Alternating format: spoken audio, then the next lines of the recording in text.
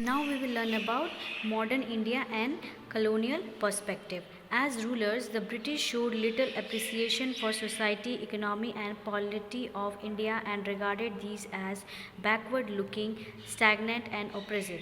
So as there were many rulers who had ruled our India, right? So in the same way, the British had showed, you can say, had shown us that a little, you can say, a little helping hand in order to develop our society, in order to make our businesses more strong, and also and also they had helped in order to run the administration in a better way. Though in one hand they have given these facilities, but on the other hand they had referred India as backward looking, that means very outdated country, stagnant, that means it is a place where nobody can be developed, and they are very oppressive, that means they are very backward, they are not at all good for living in a better position. Dubbing the entire pre-British period as the dark era of Indian history, they claim that it was only with the arrival of British and establishment of their rule that the enlightened period of all-round development and progress of Indian society and people began. So according to the British, they had said that whatever the development which had taken place in our country India, it's all started when the British started developing, started establishing different types of factories and industries in India, and with the arrival of British, only the Indians were able to they were able to develop their country. Western style urbanization, development of swift means of transport and communication, introduction of new industrial techniques, initiation of a centralized government powered by a comprehensive legislative system, etc., were credited with having kickstart the process of all-round progress and modernization. So it is said that it is because of the British who had brought Western style of living and Western education, and how to run an administration, how the transport and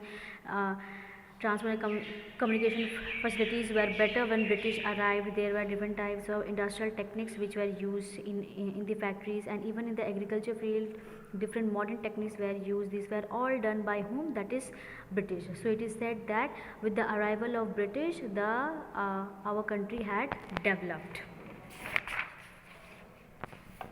In his book, The History of British Rule, British India, which he wrote in 1817, the British thinker and historian James Mill set the trend of denouncing the pre-British period and glorifying the British rule in India. So, in one of the famous book known as The History of British India, it was written by whom?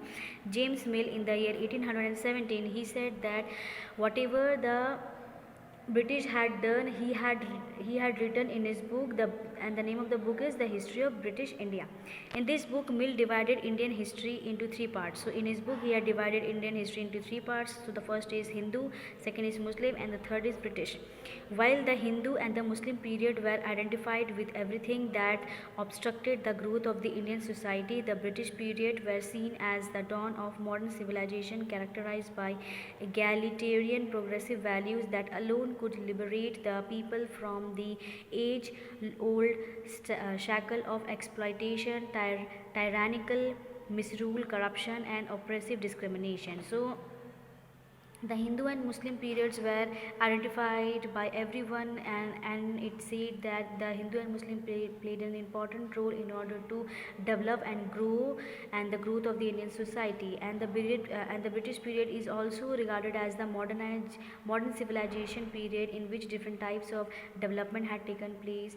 All the facilities were provided to Indian, and there was many other ill practices also which happened due to the British rule. So everything he has written in his book in detail.